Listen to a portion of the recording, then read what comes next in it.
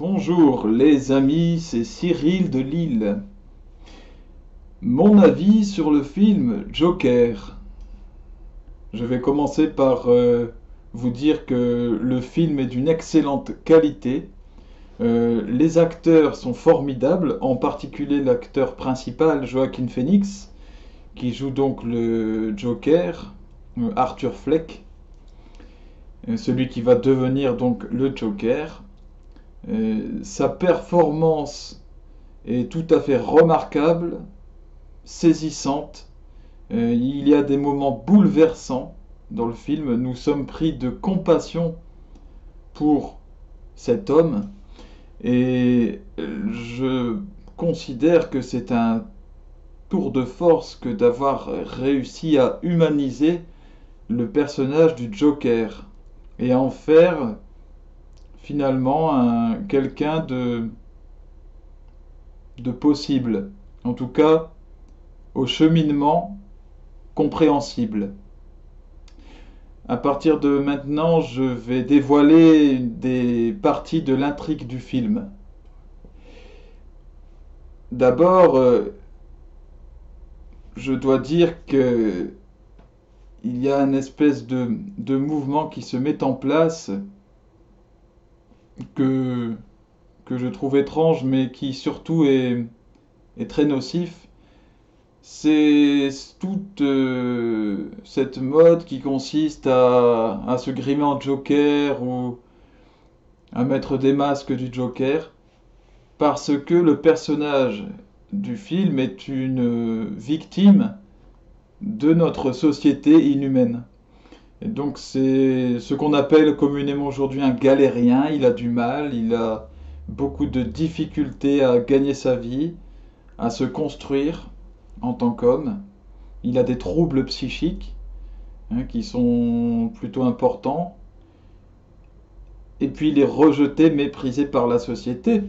Il est particulièrement rejeté et méprisé par les grands financiers de Gotham City, puisque dans toute l'œuvre de Batman, les financiers, les tenants du pouvoir de Gotham City sont des pourris, tous, autant qu'ils sont. Il n'y en a pas un qui soit honnête. Bon, c'est une vision exagérée, et le film Joker n'y échappe pas. Et lui, Arthur Fleck, eh bien, c'est l'autre côté de Gotham City. Il fait partie de ces pauvres qui sont rejeté, méprisé. Donc nous pouvons être pris de compassion pour lui. Cela dit, ça ne doit pas nous faire oublier que il y a des actes perpétrés par cet Arthur Fleck qui sont purement méchants. Le moment où il tue les personnes dans le métro, malgré qu'il ait été agressé, on voit qu'il insiste pour les tuer. Donc ce n'est plus de la légitime défense, il y a un acte de méchanceté. Ensuite, plus tard, il va tuer l'un de ses collaborateurs du cirque qui vient à sa rencontre dans sa maison avec un autre collègue qui est un nain. Et Arthur Fleck va tuer le plus grand des deux parce que ce monsieur ne le respecte pas, n'est pas très gentil avec lui. Par contre, il va garder en vie le nain. Il va tuer le grand monsieur d'une façon tout à fait violente, vraiment choquante. Et il dit au nain, toi, je ne te ferai pas de mal parce que tu as toujours été gentil avec moi. Alors à ce moment-là, on peut se dire, mais ah ouais, c'est quelqu'un de juste finalement. Il a un cœur, il est compréhensible, et finalement, c'est normal, c'est quelqu'un qui est rejeté par la société, il ne peut plus être aidé par les services sociaux pour acheter ses médicaments dont il a besoin, donc c'est la faute de la société, c'est normal s'il fait tout ça. Attention, c'est un excès de penser cela. De la même manière, lorsqu'il va tuer le présentateur à la télévision, euh, alors joué excellemment par Robert De Niro, bien, évidemment que ce présentateur n'est pas un saint, loin de là, n'est pas un parangon de vertu.